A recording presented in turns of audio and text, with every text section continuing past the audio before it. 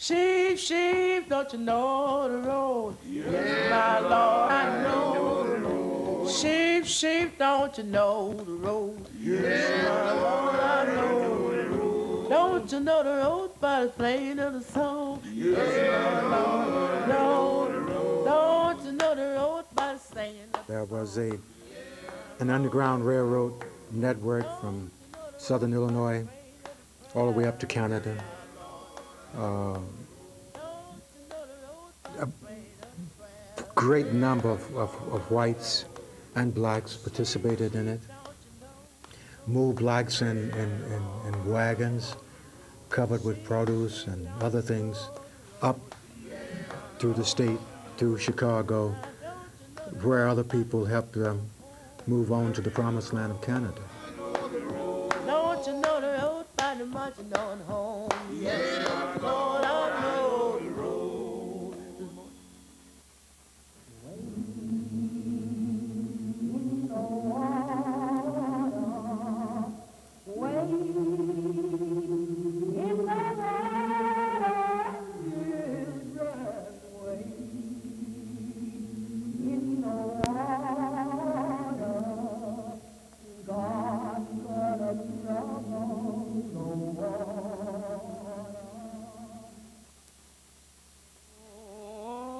Death in the morning, oh, death in the morning, oh. At the very root of American economic success and a U.S. history of cruelty and racism lies the institution of slavery. Since 1555, people from West Africa were captured and sold in the Caribbean, South America, and North America.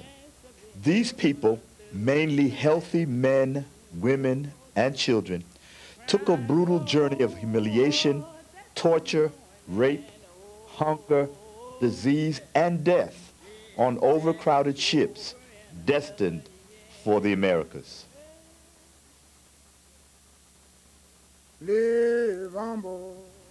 Once in American ports, black people were sold in auctions. Families were also further separated during the auction process, fathers, mothers, and children being sold away, never to see each other again. Originally, slavery was legal in all of the 13 colonies, but by 1804, all of the northern states had abolished slavery.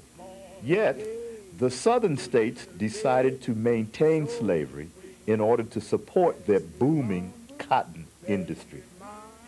In the South, slaves usually worked on plantations picking cotton anywhere from 12 to 18 hours a day. Some slaves worked in the homes of plantation owners as servants, but they were the minority. Most slaves worked as field labor or as overseers of the other slaves. The most obedient and physically intimidating of the field slaves were given the job of overseers.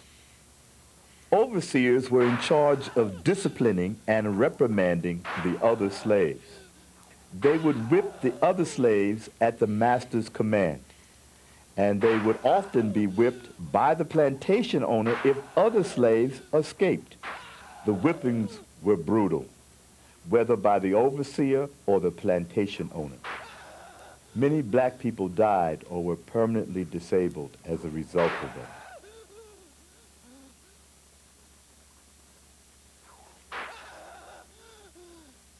The field slaves worked hard from sunrise to sunset each day, ate whatever was left over, lived in barns or shacks, and were generally treated no better than the livestock.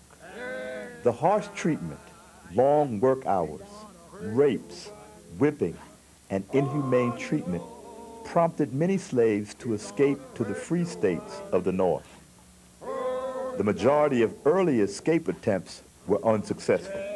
Most runaway slaves had no idea where they were going and would be caught soon after they escaped.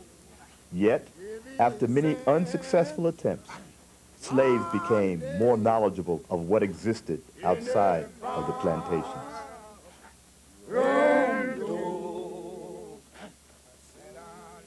In their effort to escape, sometimes the slaves would walk a stream for several miles to so their tracks couldn't be identified, and they rubbed onions on the soles of their feet so the scent couldn't be picked up by dogs. And they had all kinds of ways to try to escape. Black slaves escaping, fording rivers on planks, traveling hundreds, thousands of miles, over and over. The whole generation before the Civil War was one of the major factors that drove the South mad. At the same time that slaves began to escape from the South, anti-slavery sentiment was growing in the North. Whites in the New England states were beginning to form groups and church organizations that openly opposed slavery. The people who openly opposed slavery became known as abolitionists. At one end, we had people who simply did not want to support the expansion of slavery into new territories, whereas the abolitionists could be called immediatists. They demanded emancipation of the slaves now.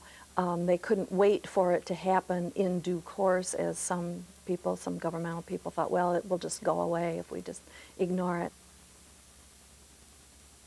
Most abolitionists, though vocal against the institution of slavery, did absolutely nothing to actually help slaves escape, preferring instead to work within the system to implement changes in legislation. Yet, other abolitionists felt the legislative and political processes would not yield immediate emancipation to the suffering black people in America.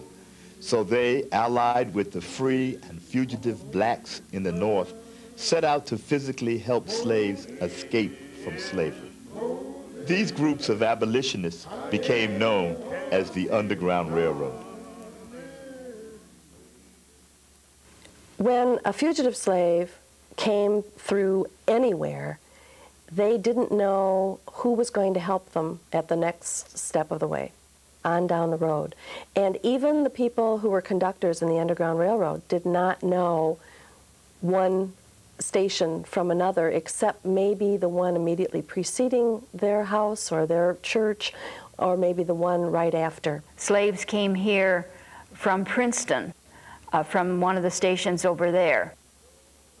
We know that most of the runaways who came through this area came up the Mississippi River to Alton, Quincy, and on up to Princeton, and then across DeKalb County. They were then taken on to Chicago. And in one place it states that they knew and could trust some of the lake boat captains to take them on to Canada. To try to draw a map of their routes would have been impossible because they had different routes and they went to different stations at different times. There was a station in Plano, evidently, and there were several in the community of Sycamore and DeKalb, several different locations. So evidently they took different routes at different times. The great slave Harriet Tubman always took different routes, and she never told the slaves that she was leading where they were going and where they'd been. And any slave who said anything about the route was eligible to be shot, and Harriet Tubman carried a pistol for some purpose or other.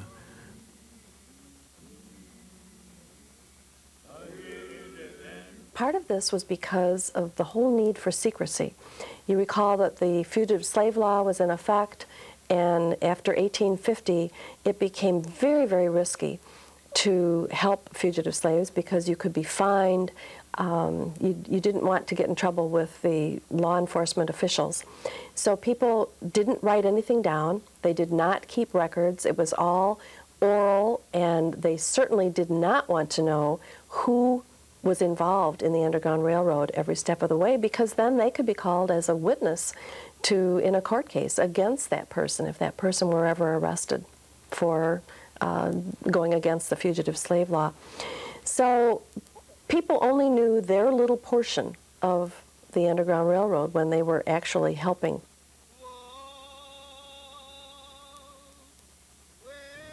It was a very secretive thing.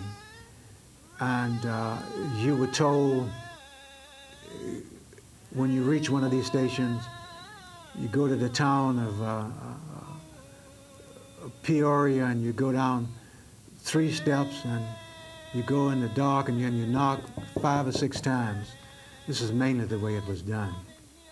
Once you started out, you had to go on. You could not go back to the plantation. I mean, either you say you go on or you die right here. Because a brother or sister say, you know, I'm tired, I'm sick, my right leg won't move. Y'all go ahead, and I'm just going on back there. I'm not going to tell them anything. If you were with them, you would say what Harriet Tubman said, you either go on with us or you die here. If he went back to the plantation, endangered the whole group, and they would catch some of them, and the next group getting out would not get out. So it was a very secretive thing, carried on a high level, and it operated amazingly effectively in the years that it went on. If caught aiding fugitive slaves, one could be imprisoned or fined heavily by local or federal law enforcement. There was also the threat of retaliation by plantation owners that often ended in injury and occasionally death. Although the Underground Railroad began its activities in the eastern United States, as the country expanded westward, so did slavery and the Underground Railroad. Some of the most adamant and dedicated Underground Railroad activists came from a small county in northern Illinois called DeKalb. It is recorded that the first Underground Railroad networks were organized through the 3 major religious denominations and churches in DeKalb County. The first slaves came through here. First documentation we have of it is 1843. Civil War started in 61. So you have a long stretch of time there. So you were not getting people going through here every week, but there definitely was a linkage between all of these places. In this county, we have the 3 churches. We have the Sycamore Congregational, we have the Mayfield Wesleyan Methodist, and the Salmonok Presbyterian. And those were the 3 denominations that were the strongest against slavery. The Congregational Church first arrived in DeKalb County because of a group of people who moved here from New York. In order to understand how the Congregational Church came to DeKalb County, we first need to understand how the state of Illinois was populated. You know, it was organized and grew from the south up, and even though the Northwest Territory had been formed, you know, way back in the late 1700s, the northern Illinois area was not ever populated. It was only explored. It wasn't settled until after 1834. One of the reasons that some of them came was that they were trying to keep Illinois a free state, and they were sent out here almost like missionaries to settle and start churches here. Sycamore Congregational Church, from its very beginning, was extremely anti-slavery. In June of 1844, they passed a resolution saying that, you know, essentially that slave holding was a sin and that they would not countenance with any slave holding or any slavery among their congregational members. In fact, they even wanted people to reaffirm their belief in anti-slavery each time they took communion.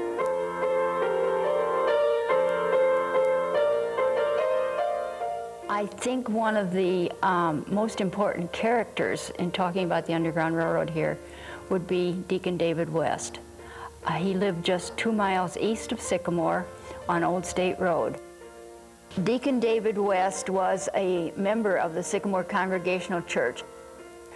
The Sycamore Church was very, very involved in the Underground Railroad. All of their members at that time were at least sympathetic to the anti-slavery movement.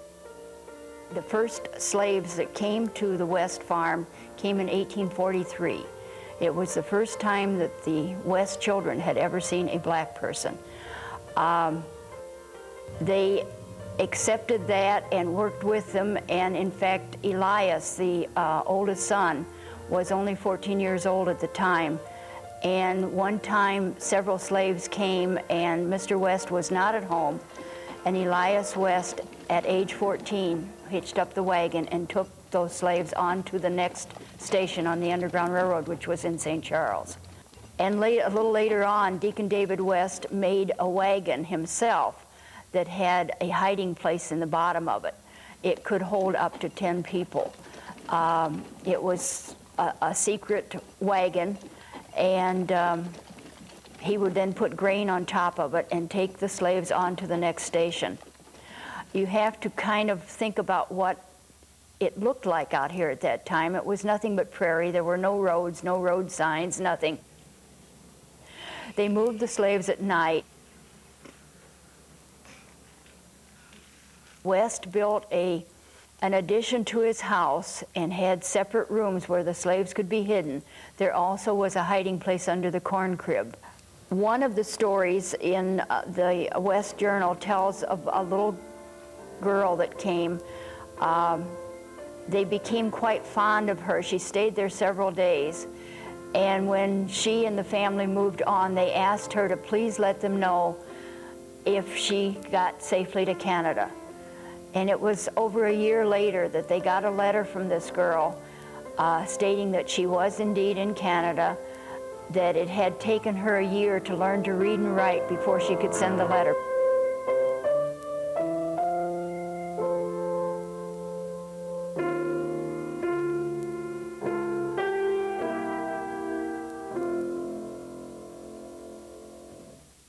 It's interesting when you think about Jesse Kellogg and what he did and where he lived during that time.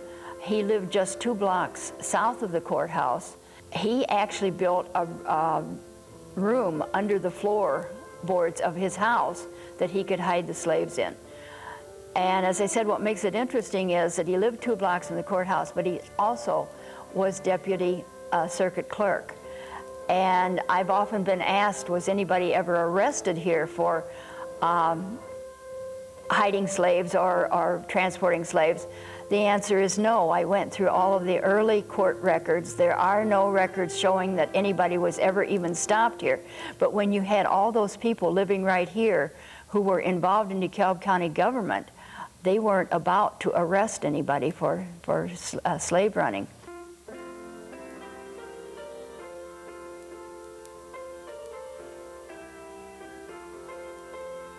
This small town has gone by many names. It was originally known as Liberty, then Brush Point, and finally Mayfield. The Mayfield Congregational Church, what we know of as the Mayfield Congregational Church today, originally was a Wesleyan Methodist church in Mayfield. And the Wesleyan Methodists had split off from the Methodist Episcopal churches in the mid-1800s over the slavery issue. And the Wesleyan Methodist Church in Mayfield had a congregation, very small, but their members included people like the Nickersons and the Nichols and the Townsends, who we know were avowed anti-slavery sympathizers in DeKalb County.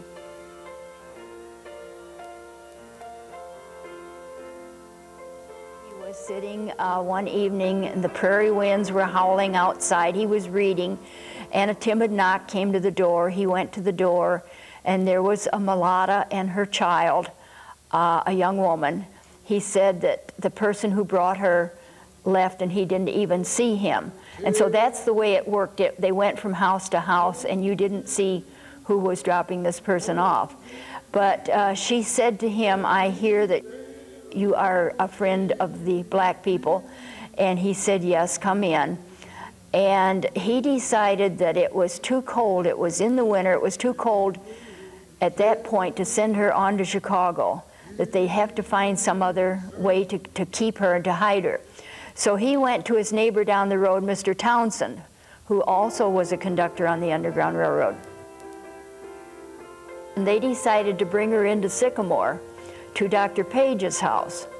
Dr. Page, one of the two physicians in Sycamore at that time, was also a conductor. And he kept her in his basement kitchen all winter, and then she was taken to Chicago and put on the boats.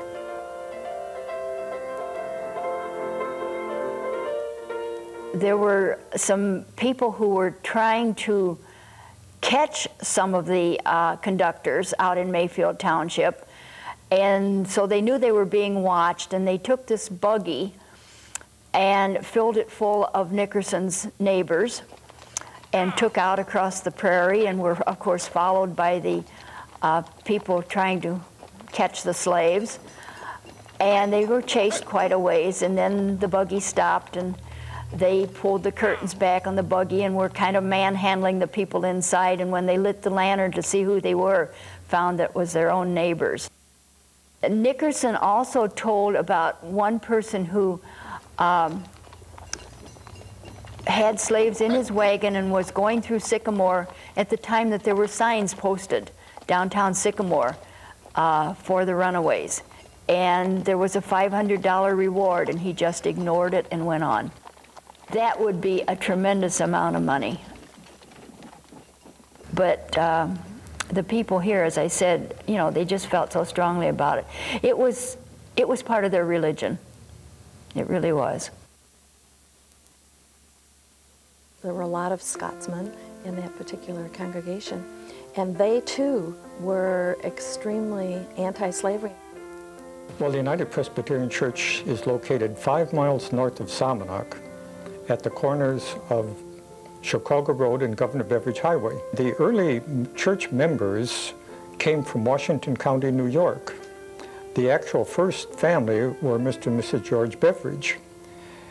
And as they settled here, they corresponded with friends and relatives back in the state of New York, and others, friends and relatives, started coming west and settled in the same community. The church was organized in the Beveridge Log Cabin, March 18, 1846, and the minister was Reverend Rensselaer W. French. Evidently, he'd been interested in the slavery movement as a young person, and continued that feeling. And when he became minister of the church, why, he was very interested in helping slaves in any manner that they could. In fact, more than one time it's recorded that they took a special offering in church to assist slaves in their journey northward. In 1852, a gentleman came to the Beveridge house seeking shelter one evening, and the family kind of suspicioned that he might be a detective looking for runaway slaves. But as the evening progressed, he had an opportunity to ask Mrs. Beveridge privately if she had ever had the opportunity to help any runaway slaves, and she said yes, and that she would do it again. Of course, if he were a detective, she would have been arrested, no doubt, immediately. But it turned out that he was actually looking to establish stations for the slaves. So that's how the Beveridge home became a station for the runaway slaves. One Saturday afternoon, 7 or 8 slaves arrived at the Beveridge home on their way north, and they stayed overnight. The family was aware that there would be detectives looking for the slaves, so they took them to church, and they asked them to sit in the front row. Well, the custom of the Presbyterian Church at that time was when the minister prayed, the congregation stood. So during the service, Reverend French was preaching. but he happened to look out a window and he saw horsemen approaching the church. So he interrupted his sermon and began a prayer, and the congregation stood, but they asked the slaves to remain seated. So as the people, the slave hunters, came to the door, one of the elders met them and they asked if they were hiding any runaway slaves. Well, the man didn't want to lie, so he said, well, take a look for yourself. So these people didn't come in, but they just looked around and they didn't see anyone, so they left. A lot more whites got involved in the movement after the Fugitive Slave Act. The Salmonarch Church had a special meeting. It was open to the public. It wasn't just church members. And this meeting was held November 30th of 1850. They set up 10 resolutions of how they were going to react to the Fugitive Slave Act. One of the resolutions stated that the law was a violation of the Constitution and we feel under no moral obligation to obey it. The authors of the law are traitors to freedom and must stand condemned. We pledge to support no man for office who had anything to do with this law. Any officer asked to execute this law should resign rather than execute it. We are at no loss of whom we must serve. We will serve only God. We are here to feed the hungry and clothe the naked. It is our duty. We will agitate, agitate, agitate until the law is repealed.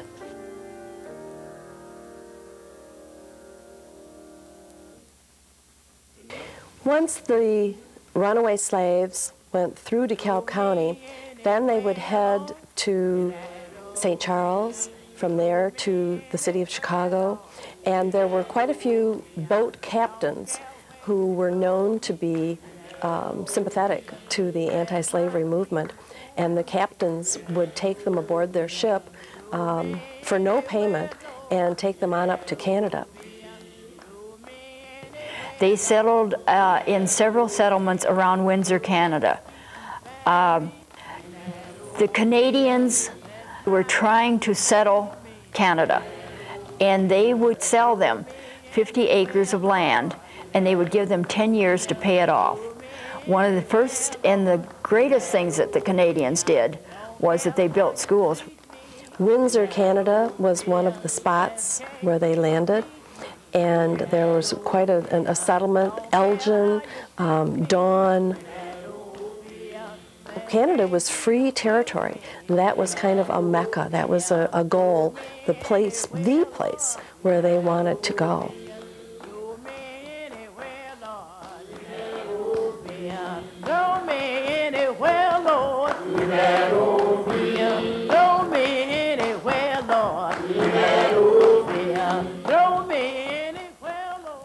The DeKalb County abolitionists, for the most part, lived long and fulfilling lives. It's interesting to note that in the Sycamore True Republican newspaper, there was an article when David West was celebrating his 80th birthday, and he and some fellow abolitionists all got together for this special occasion, and for his 80th birthday party, they were reminiscing about their abolitionist activities and how they had aided people in the Underground Railroad. They brought out the old wagon and had it to show at the party. And they also brought out the minstrel songbook that they had used all during this anti-slavery movement and sang some of the songs that were in the book. The abolitionists fought their cause. They did what they could during the 1830s, 1840s, 1850s. But by the time the Civil War came along, the abolitionists were too old to enlist in the Army. The abolitionists had to stay home and see their sons, some of them die, for the cause that they had supported. And I truly believe that if it weren't for the abolitionists, the Civil War might not have happened when it did, but I think the abolitionists in DeKalb County and throughout the northern United States, and those in the southern states who were secretly helping, I think those abolitionists helped to bring about the Civil War and consequently helped to end slavery in the United States. I pay the highest tribute to these people because for some strange reason, these were white people, and they were fine. They were driven into economic disaster, and yet they continued to do it. And continued to move them up all the way through these periods. There, in Charleston and in other places across the state, that there are indications of houses where blacks were kept. And it is, in my view, not only just the evolution, the Underground Railroad thing in Illinois, but I think it's one of the greatest movements in the history of this country. And it's just unfortunate that we know so little about it and that we never honor the people who were involved in that whole process and what they did for America.